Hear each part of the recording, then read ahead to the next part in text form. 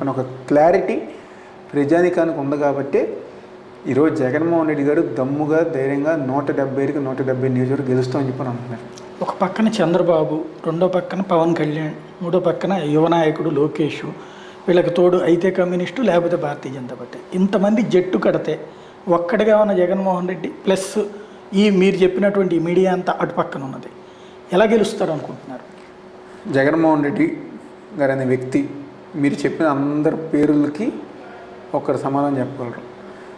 జగన్మోహన్ రెడ్డి గారి కింద అమ్మఒడి తీసుకుంటున్న తల్లులు, ఇంటికే పెన్షన్ తీసుకుంటున్న పెద్దవాళ్ళు, విద్యా దీవెన కానివ్వండి, విద్యా కానుకలు తీసుకుంటున్న విద్యార్థులు, ఒక తల్లిదండ్రులు, విద్యార్థులు, లా నేస్తం తీసుకుంటున్న పెద్దలు, వాహన మిత్ర తీసుకుంటున్న ఆటో వాళ్ళు, రైతు భరోసా తీసుకుంటున్న రైతులు, ఇళ్ల స్థలాలు తీసుకున్న 30 లక్షల మంది మహిళలు, వాళ్ళ కుటుంబాలు జగన్మోహన్ రెడ్డి గారి వెనకమాల ఉన్నాయి.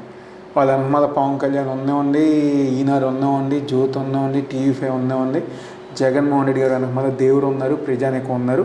కాబట్టి వాళ్ళందరూ ఎంతమంది వచ్చినా ఈ రాష్ట్రానికి మళ్ళీ జగన్మోహన్ రెడ్డి గారు ముఖ్యమంత్రి అవుతారు. చంద్రబాబు నాయుడు ఉన్నప్పుడు అంటే మీరు ఇప్పటిది 2 సార్లు చూశారు కదా, చంద్రబాబు నాయుడు టైంలో ఇంతకంటే ఎక్కువ సంక్షేమం వచ్చేది.